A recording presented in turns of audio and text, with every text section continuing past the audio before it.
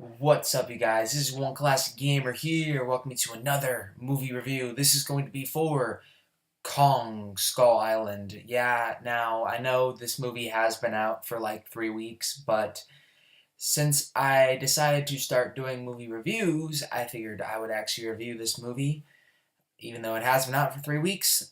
Now, I did go and see this movie like literally like right now. I just got back from seeing it.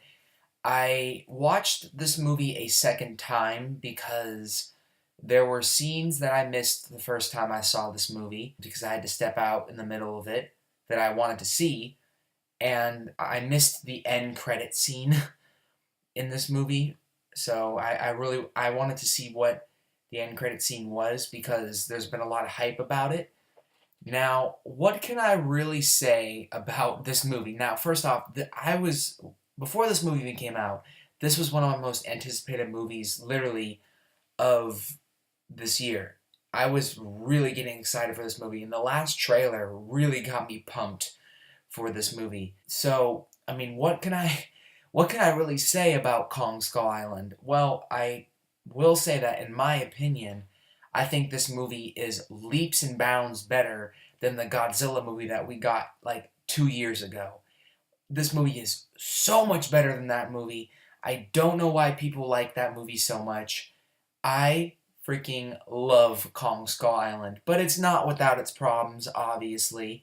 And the biggest problems in Kong Skull Island are the characters. The characters are bland and they're boring and they're lifeless, but they're like that because they're meant to be expendable. They're meant to be just bodies to be murdered in very violent ways, and this movie is surprisingly very violent for a PG-13 movie. I will say that right now. And there are parts of the script that are kind of cringy, but despite that, the reason why I love this movie so much is because it does the exact opposite thing that the 2014 Godzilla movie did. It doesn't hold back in showing King Kong at all. I mean, you literally see King Kong like within the first 5 minutes of this movie.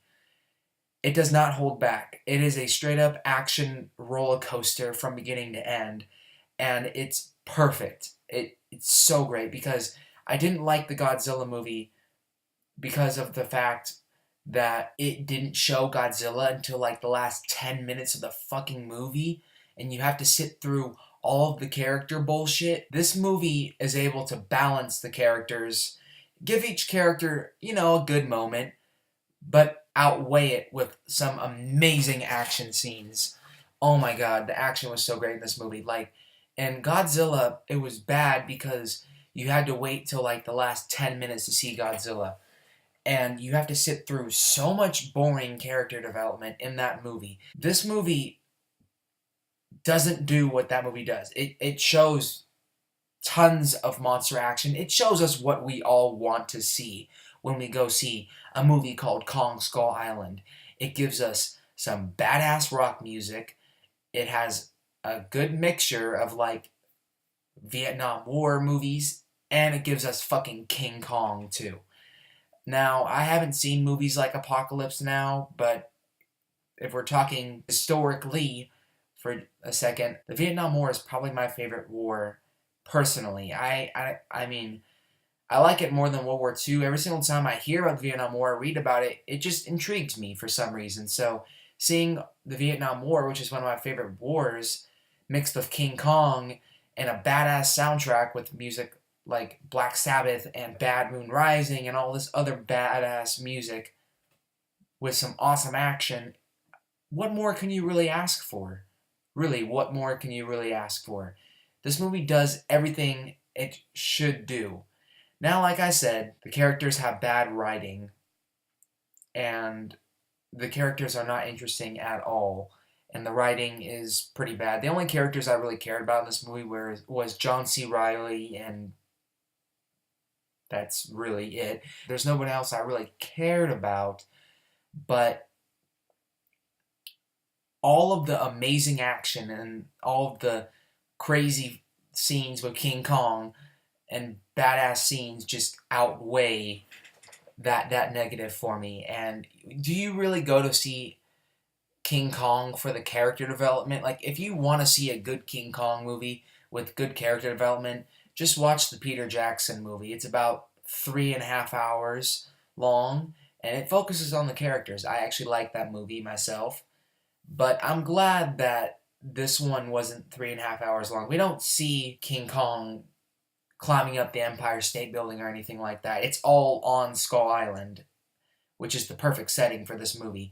And it's all contained, but it's perfect. It's just, this movie never feels like it drags on, kind of like the Peter Jackson one does. I love that movie a lot. I have nostalgia with it, but I noticed watching it again, because I watched it again before I went to go see this movie. It does drag. Like, once they get off Skull Island, it does start to drag, and you're like, okay, wrap it up, please. Like, when is this movie going to end? This movie never really drags. It feels like it has the perfect runtime. It's exactly 2 hours, too.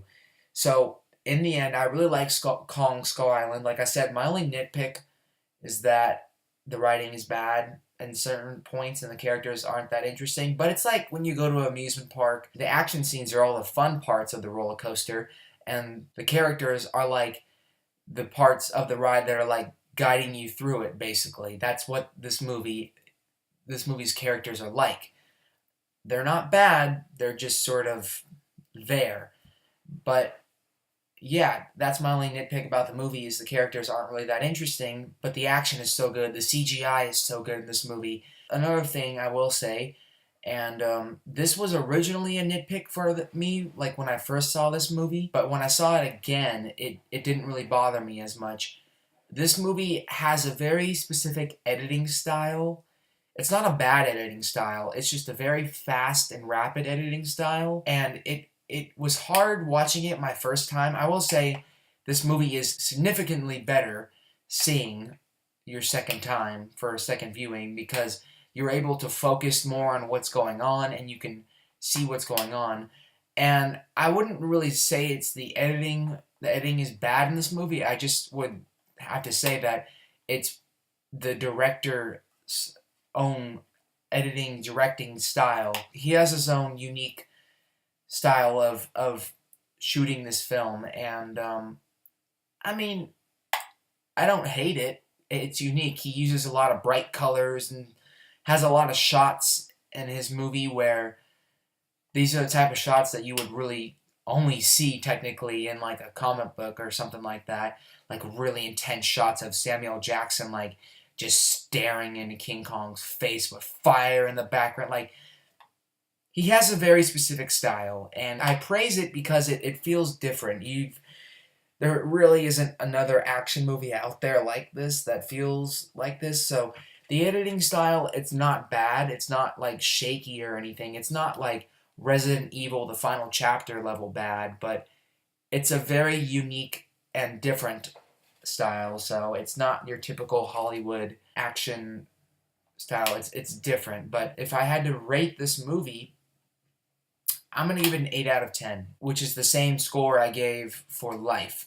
It's a very solid movie, and it gave me everything I wanted to see, and that was just King Kong fighting giant freaking skull crawler monster things, and people dying, and just action and awesome shit and rock music. This movie is great. Now, that was my review of Kong Skull Island. If you guys enjoyed this, please comment, rate, subscribe, and I will see you guys later. Peace.